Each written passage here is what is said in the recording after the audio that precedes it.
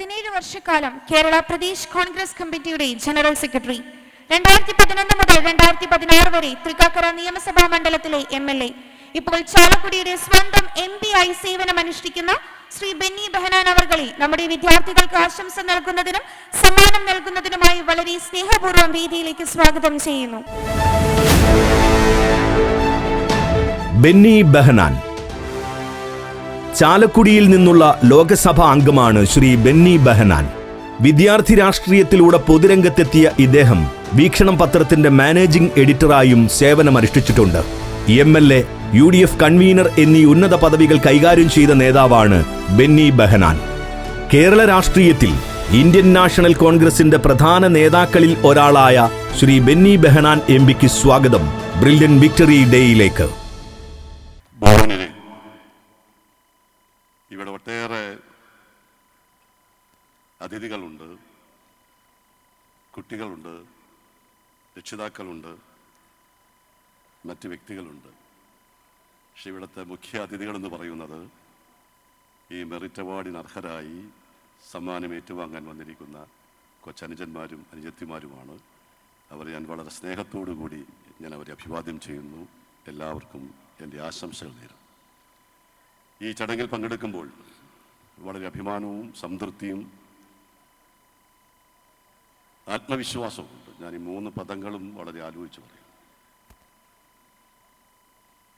അഭിമാനമെന്ന് പറയുന്നത് നിങ്ങൾ ഇവിടെ പലരും സൂചിപ്പിച്ചതുപോലെ നമ്മുടെ നാടിൻ്റെ ഭാവി വാഗ്ദാനങ്ങളാണ്, പ്രത്യേകിച്ച് ആതുര സേവന രംഗത്ത്. എനിക്ക് സന്തോഷം ഇതിന് ആതിഥേയത്വം വഹിക്കാൻ എൻ്റെ പാർലമെൻറ്റ് നിയോജകമണ്ഡലത്തിൻ്റെ ഭാഗമായ ഈ അങ്കമാലിയിൽ കഴിഞ്ഞു എന്ന സന്തോഷവും സംതൃപ്തിയും എനിക്കുണ്ട്. ആത്മവിശ്വാസം ബ്രില്യൻ്റ് എന്ന് പറയുന്ന ഈ ഒരു പ്രസ്ഥാനം മെഡിക്കൽ രംഗത്തും എഞ്ചിനീയറിംഗ് രംഗത്തും നൽകുന്ന സേവനം, അതുവഴി വിദ്യാർത്ഥികളിൽ അന്തർലീനമായിരിക്കുന്ന കഴിവുകൾ, അവരുടെ ബുദ്ധിശക്തിയെ വികസിപ്പിച്ചെടുത്ത് ഏറ്റവും കഴിവുള്ള കുട്ടികളാക്കി മാറ്റാൻ കഴിഞ്ഞു. അത് പ്രത്യേകിച്ച് കേരളം പോലെയുള്ള സംസ്ഥാനത്ത് ഈ ഒരു സ്ഥാപനം വന്നതിൻ്റെ ഫലമായി രക്ഷകർത്താക്കൾക്കും ഭാവി തലമുറയ്ക്കും നൽകുന്ന ഒരു ആത്മവിശ്വാസം, അത് നമുക്ക് പ്രതീക്ഷയ്ക്ക് വക നൽകുന്നു എന്നതാണ്. ഞങ്ങൾ ഏറ്റവും കൂടുതൽ ബന്ധപ്പെടുന്ന ഒരു സ്ഥാപനമാണ് ബ്രില്യൻ്റ്. ജനപ്രതിനിധികളായ ഞങ്ങൾ, പൊതുപ്രവർത്തകന്മാരായ ഞങ്ങൾ സ്വാഭാവികമായും അവരുടെ രക്ഷകർത്താക്കളുടെ ആവശ്യപ്രകാരം സ്വന്തം മക്കൾക്ക് ഏറ്റവും നല്ല വിദ്യാഭ്യാസ സൗകര്യങ്ങൾ ഒരുക്കി കൊടുക്കാൻ ഞങ്ങളെ സമീപിക്കുമ്പോൾ പലരും ഞങ്ങളോട് ആവശ്യപ്പെടുന്നത് ബ്രില്യൻ്റുമായി ബന്ധപ്പെട്ട് ഞങ്ങളുടെ കുട്ടികൾക്ക് അവിടെ ഒരു അഡ്മിഷൻ വാങ്ങിത്തന്നെ. കുട്ടികൾക്ക് അഡ്മിഷൻ വാങ്ങിത്തന്നെന്ന് മാത്രമല്ല, അതിന് മാനേജ്മെൻറ്റിനെ വിളിച്ചാൽ പിന്നീട് വരുന്ന ശുപാർശ കുറച്ചുകൂടി സൗകര്യപ്രദമായ രീതിയിൽ പാലായിലോ അല്ലെങ്കിൽ അതിനടുത്ത പരിസര പ്രദേശത്തോ ഹോസ്റ്റൽ സൗകര്യം കൂടി ബന്ധപ്പെടുത്തണം എന്നൊരു അപേക്ഷയാണ് വരാറ്.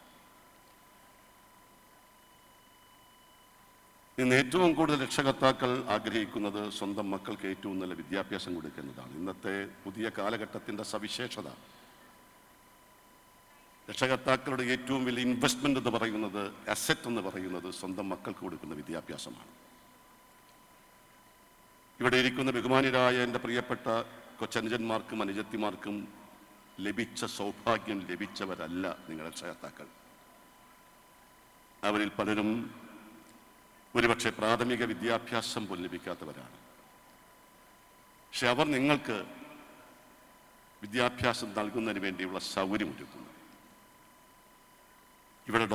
ഇവിടെ ആതുര സേവന രംഗത്തെക്കുറിച്ച്, ഡോക്ടർമാരുടെ പ്രാധാന്യത്തെക്കുറിച്ച്, ശാസ്ത്ര സാങ്കേതിക വളർച്ചയുടെ പിൻബലത്തോടുകൂടി മെഡിക്കൽ സയൻസിലുണ്ടായിക്കൊണ്ടിരിക്കുന്ന മാറ്റങ്ങളെക്കുറിച്ചൊക്കെ ബഹുമാനപ്പെട്ട ഒട്ടേറെ ആളുകൾ വളരെ ദീർഘമായി സംസാരിച്ചിട്ടുണ്ട്. എനിക്കറിയാം. ഞാൻ അതിനെയെല്ലാം ഞാനും ഉൾക്കൊള്ളുന്നു, ഞാൻ അതിനെയുമെല്ലാം ആദരിക്കുന്നു. പക്ഷെ നിങ്ങൾ നാളെ ആതുര സേവന രംഗത്ത് ഡോക്ടർമാരായി മാറി സേവന രംഗത്തേക്ക് കടന്നു വരുന്ന നിങ്ങൾക്ക് അക്കാഡമിക് തലത്തിൽ നിങ്ങൾക്കുണ്ടാകേണ്ട അറിവിൻ്റെ മാത്രം ഉടമസ്ഥരായി മാറുകയാണോ വേണ്ടത്?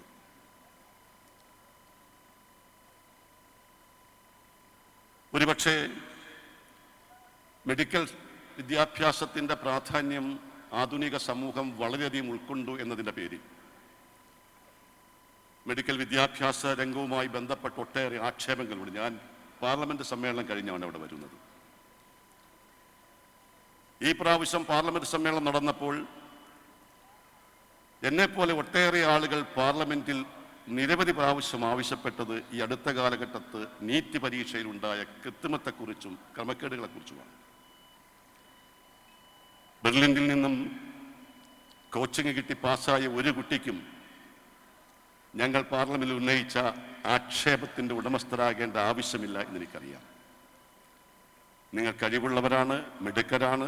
നിങ്ങളുടെ കഴിവിനെ ക്രിയാത്മകമായ മാർഗത്തിലൂടെ വളർത്തിക്കൊണ്ടുവരിക എന്നതാണ് ബ്രില്യൻ്റിൻ്റെ മാനേജ്മെന്റ് ഉദ്ദേശിക്കുന്നത്. അതുകൊണ്ട് ഉത്തരേന്ത്യയിലെ ചില സംസ്ഥാനങ്ങൾ ഉണ്ടായതുപോലെയുള്ള കൃത്രിമത്തിൻ്റെ മാർഗത്തിലേക്ക് പോകാതിരുന്നവരാണ് നിങ്ങൾ. പക്ഷേ മെഡിക്കൽ പരീക്ഷയുമായി ബന്ധപ്പെട്ടുകൊണ്ട് ഈ ആധുനിക കാലഘട്ടത്തിൽ പോലും അപവാദങ്ങളും ആക്ഷേപങ്ങളും ആരോപണങ്ങളും ഉണ്ടാകുമ്പോൾ നമ്മൾ മെഡിക്കൽ വിദ്യാഭ്യാസത്തെക്കുറിച്ചും നിങ്ങളുടെ ഭാവിയെക്കുറിച്ചും നിങ്ങൾ അല്പം കൂടി ഗൗരവമായി നമുക്ക് ആലോചിക്കേണ്ടത്. വിദ്യാഭ്യാസത്തെക്കുറിച്ച് ഒട്ടേറെ നിർവചനങ്ങളുണ്ട്.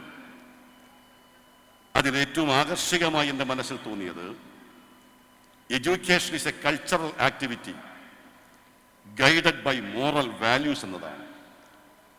വിദ്യാഭ്യാസം എന്ന് പറയുന്ന ഒരു സാംസ്കാരിക പ്രതലമാണ്, ധാർമ്മിക മൂല്യങ്ങളാൽ സ്വാധീനിക്കപ്പെടുന്നത്.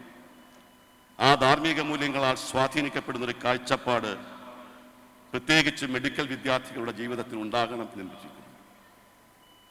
മെഡിക്കൽ വിദ്യാഭ്യാസ രംഗത്ത് ഉണ്ടാകേണ്ട അറിവിനോടൊപ്പം തന്നെ മെഡിക്കൽ എത്തിക്സ് എന്ന് പറയുന്ന ഒരു തിരിച്ചറിവ് സമൂഹത്തിൽ ആർജിക്കാൻ നിങ്ങൾക്ക് കഴിയണം എന്ന് വിനയപ്രശ്നം അഭ്യർത്ഥിക്കുകയാണ്. ഞാനിവിടെ ആദ്യം സംസാരത്തിൽ സൂചിപ്പിച്ചത് രക്ഷകർത്താക്കളെ കുറിച്ചിട്ടാണ്. ഞാനൊരു അനുഭവം കൂടി പറഞ്ഞ് ഞാൻ അവസാനിപ്പിക്കുന്നു.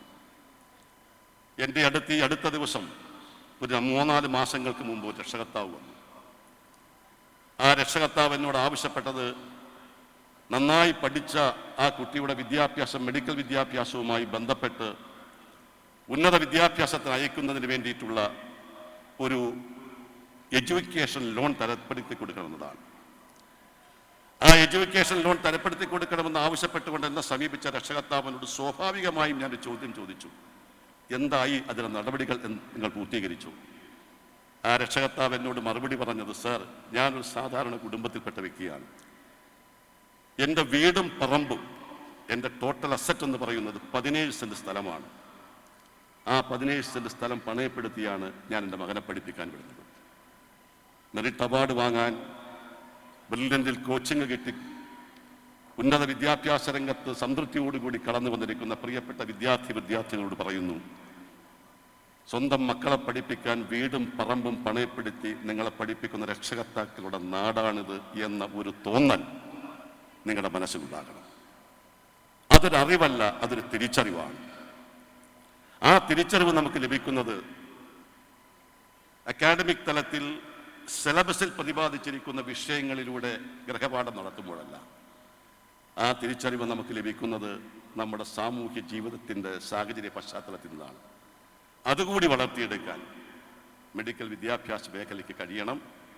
ഞാൻ അഭിമാനത്തോടു കൂടി പറയുന്നു, ബ്രില്യൻ്റ് എന്ന് പറയുന്ന ഈ സ്ഥാപനം അക്കാഡമിക് നിലവാരത്തിൽ മാത്രമല്ല, നാളെ ഡോക്ടർമാരാകേണ്ട, എഞ്ചിനീയർമാരാകേണ്ട ഒരു പൗരന്റെ സാമൂഹ്യ വീക്ഷണത്തെക്കുറിച്ച്, അവനുണ്ടാകേണ്ട ധാർമ്മികമായ ബോധ്യത്തെക്കുറിച്ച് എല്ലാം നമുക്ക് ഒരു കാഴ്ചപ്പാടുണ്ടാകണം. Education is a powerful tool to sanitise, to harmonise, to humanise the society എന്നതാണ്. വിദ്യാഭ്യാസം എന്ന് പറയുന്നത് ഒരു ഉപകരണമാണ്. വിദ്യാഭ്യാസം എന്ന് പറയുന്നത് അല്പം കൂടി ആലങ്കാരികമായ ഭാഷയിൽ പറഞ്ഞാൽ ഒരായുധമാണ്. മാനവികതയുടെ, സൗഹാർദ്ദത്തിൻ്റെ, സ്നേഹത്തിൻ്റെ ഒരു സാഹചര്യം ഉണ്ടാക്കുന്നതിന് വേണ്ടി. ആതുര സേവന രംഗമെന്ന് പറയുന്നത്, മെഡിക്കൽ സയൻസ് എന്ന് പറയുന്നത് വളരെയേറെ വളർന്ന് വ്യാപിച്ച് ഒരു വ്യക്തിയുടെ ആരോഗ്യത്തെ പരിപാലിക്കുന്ന നിങ്ങൾ ആ വ്യക്തിയുടെ ആരോഗ്യത്തെ പോലെ തന്നെ സമൂഹത്തിൻ്റെ ആരോഗ്യത്തെയും ശക്തിപ്പെടുത്താനുള്ള കാഴ്ചപ്പാടോടുകൂടി നിങ്ങൾ കടന്നു പോകണം. അവിടെയാണ് ബ്രില്യൻറ്റിൻ്റെ പ്രസക്തി, അവിടെയാണ് ബ്രില്യൻറ്റിൻ്റെ വിജയം. ആശംസകൾ നേരുന്നു, ഒരിക്കൽ കൂടി അഭിനന്ദനം അർപ്പിക്കുന്നു. എൻ്റെ വാക്കുകൾ നിർത്തുന്നു. നിങ്ങൾക്ക് നമസ്കാരം. ജയ് Hind.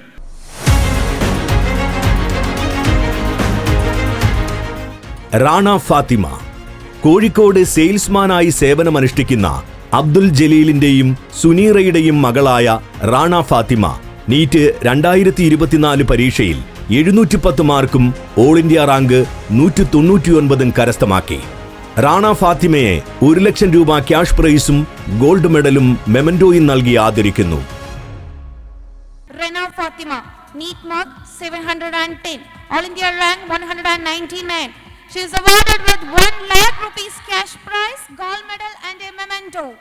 Muhammad Sahal Sia, NEET mark 710, All India rank 330, awarded with 50,000 cash prize, gold medal and a memento. Hania Shermin PK, NEET mark 705, All India rank 495. She is awarded with 25,000 cash prize, gold medal and a memento. Malavika Arun, NEET mark 705, All India rank 666. She is awarded with 10,000 rupees cash prize, gold medal and a memento. Gayatri T. Rajesh, NEET mark 702, All India rank 888. She is awarded with 5,000 rupees cash prize, gold medal and a memento. Isra, NEET mark 702, All India rank 893, awarded with 5,000 rupees cash prize, gold medal and a memento. Entrance സംബന്ധമായ വാർത്തകളും അപ്ഡേഷനുകളും ഏറ്റവും വേഗം ആധികാരികമായി അറിയാൻ brilliant study centre പാല YouTube channel subscribe ചെയ്യുക. Bell icon അമർത്തുക. ഈ video മറ്റ് സുഹൃത്തുക്കളിലേക്കും ഷെയർ ചെയ്ത് നൽകുക.